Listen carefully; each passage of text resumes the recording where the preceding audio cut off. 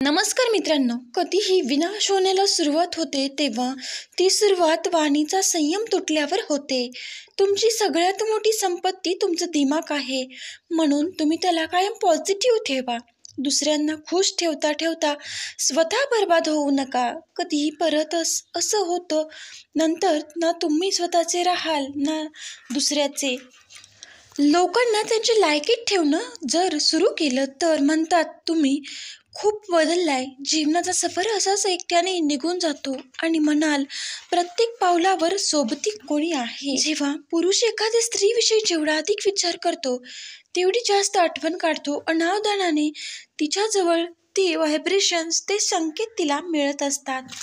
मित्रांनो, आजकाल जमाना असं झाला आहे की तुमचं चांगलं होत असताना पण तुम्हाला ते दिखावा वाटतो. या स्वार्थी दुनियेत परक्यापेक्षा जास्त जवळच्यांपासूनच सावध राहा. जेव्हा नात्यात दुरावा होतो तेव्हा प्रेमाने दूर करा, नाहीतर तो दुरावा वाढतच जातो. मित्रांनो, जर एखादी स्त्री तुमच्याशी बोलणं तिनं अचानक बंद केलं तर समजून जा तिला दुसरं कोणीतरी आवडू लागलं आहे, किंवा तर तिचं काम तिचा स्वार्थ जो तिला हवं होतं तुमच्याकडून ते तिला मिळालं आहे, त्यामुळं तिनं अचानक बंद केलं बोलणं. मित्रांनो, जर व्हिडिओ आवडला असेल तर नक्कीच लाईक, शेअर आणि सबस्क्राईब करायला विसरू नका. व्हिडिओ पूर्ण पाहिल्याबद्दल तुम्हा सर्वांचे मनापासून धन्यवाद आणि असंच आपल्या चॅनलला सपोर्ट करत राहा ही तुम्हा सर्वांना विनंती करते.